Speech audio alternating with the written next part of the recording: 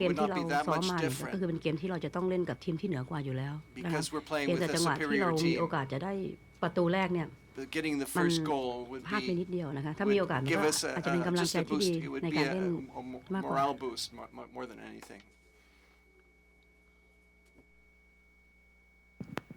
CarlosVerdeFIFA.com. What positives do you take out of this debut at the international level?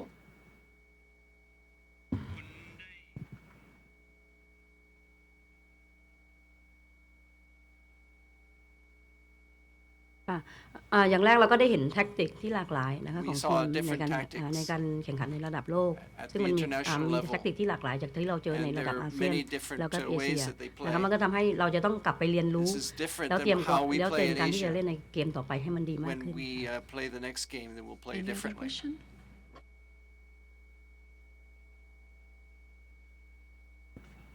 Lei Shan from Xinhua News Agency. Were your players too nervous to play at the first half for their first appearance at the World Cup?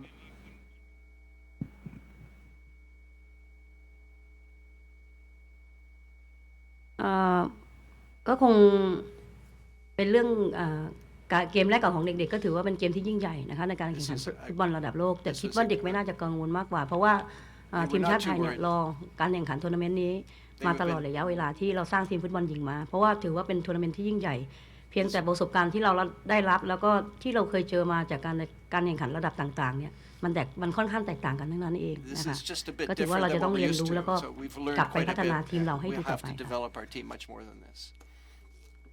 Any other question? No?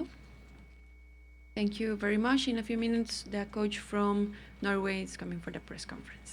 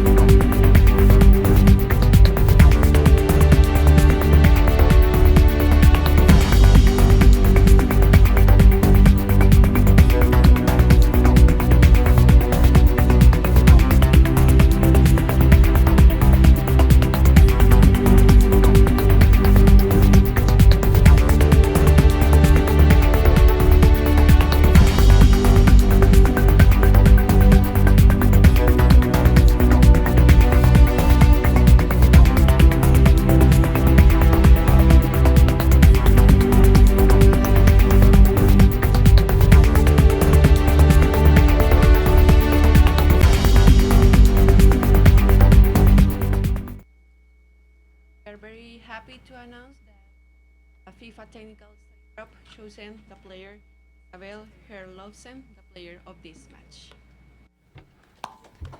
Vi veldig glad for å annonsere at spillere på vår match Isabel Herlovsen.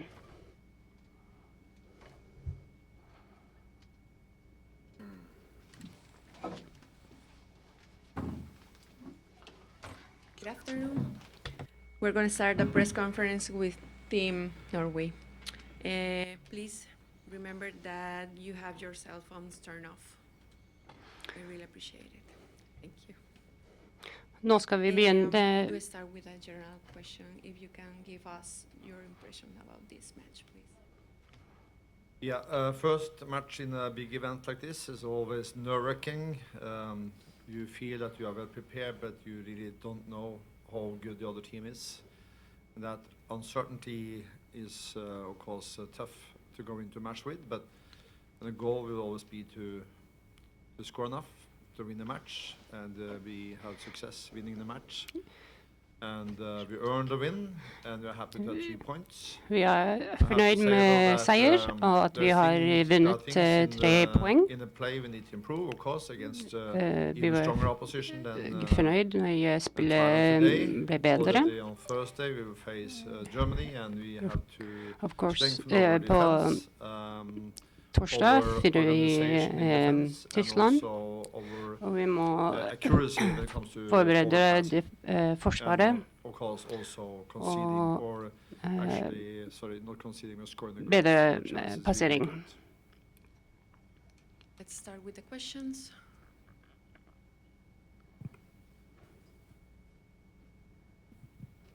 Hi, David Ljunggren from Reuters. David fra Reuters. The expression that it's men against boys. I imagine in I women's menns soccer, you'd say it's fotball women så against det girls, and you mannfolk completely før outclassed them. gutter. That was Men surely as her easy kunne vi in si at det var international kvinner ways mot jenter.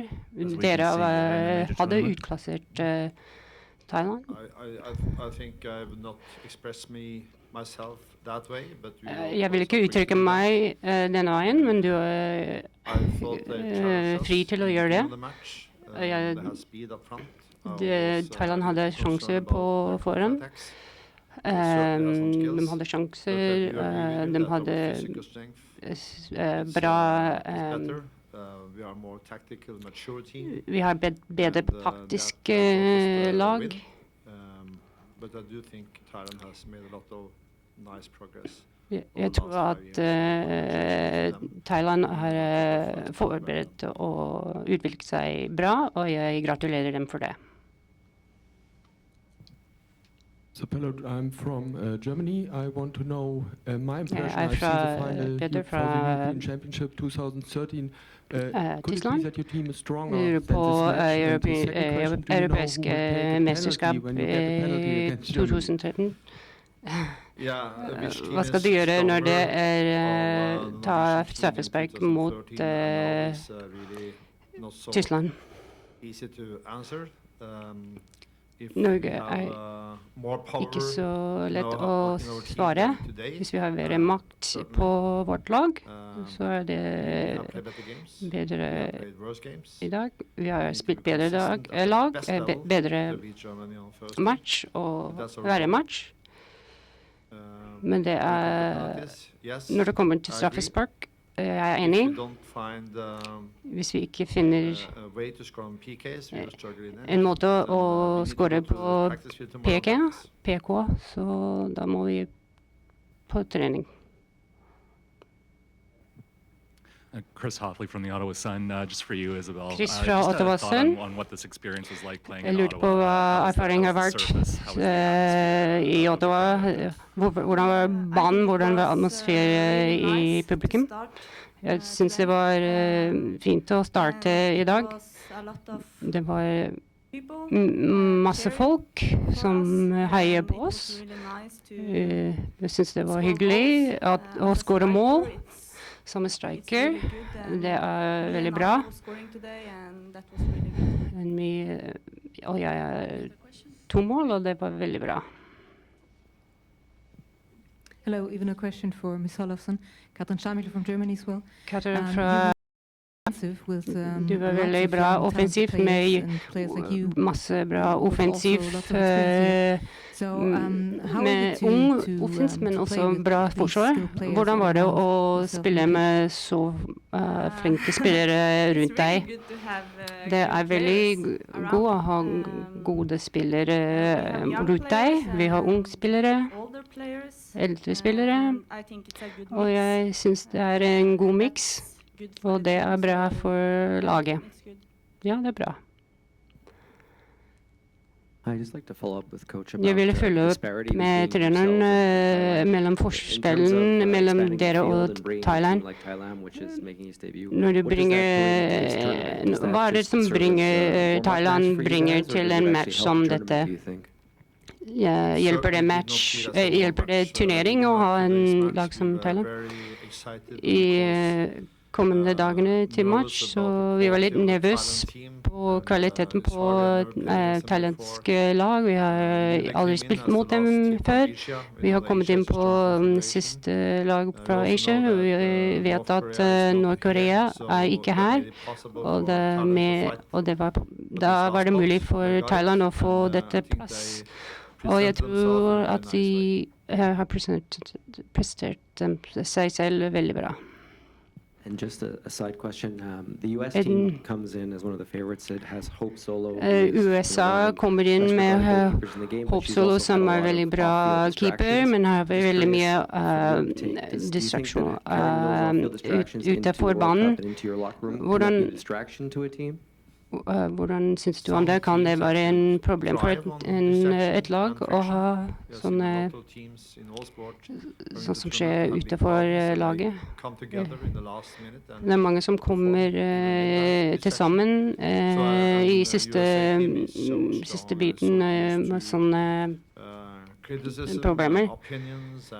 Men det er mange meninger og personlige problemer innenfor garderoben, og det fikser vi før og fikser igjen. Til treneren, kan du fortelle meg hva du skal ta positivt fra laget? What you can learn from this game? Hva vi kan lære fra dette match. We're going to take the time to organize the game very carefully. Vi er klar over at kampen mot Thailand kontra kampen mot Tyskland vil bli to ulike fasonger av Norge. Vi er nødt til å luke bort noen defensive minuser. Vi tillot jo Thailand å komme til skudd litt for ofte til mitt syn, og samtidig så synes også vi, selv om offensivt i veldig gode perioder, så er vi også sludvete i perioder, det må vi forbedre. I thought it was good offensively at some times and also not so good at some times. Thank you very much. All right, thank you.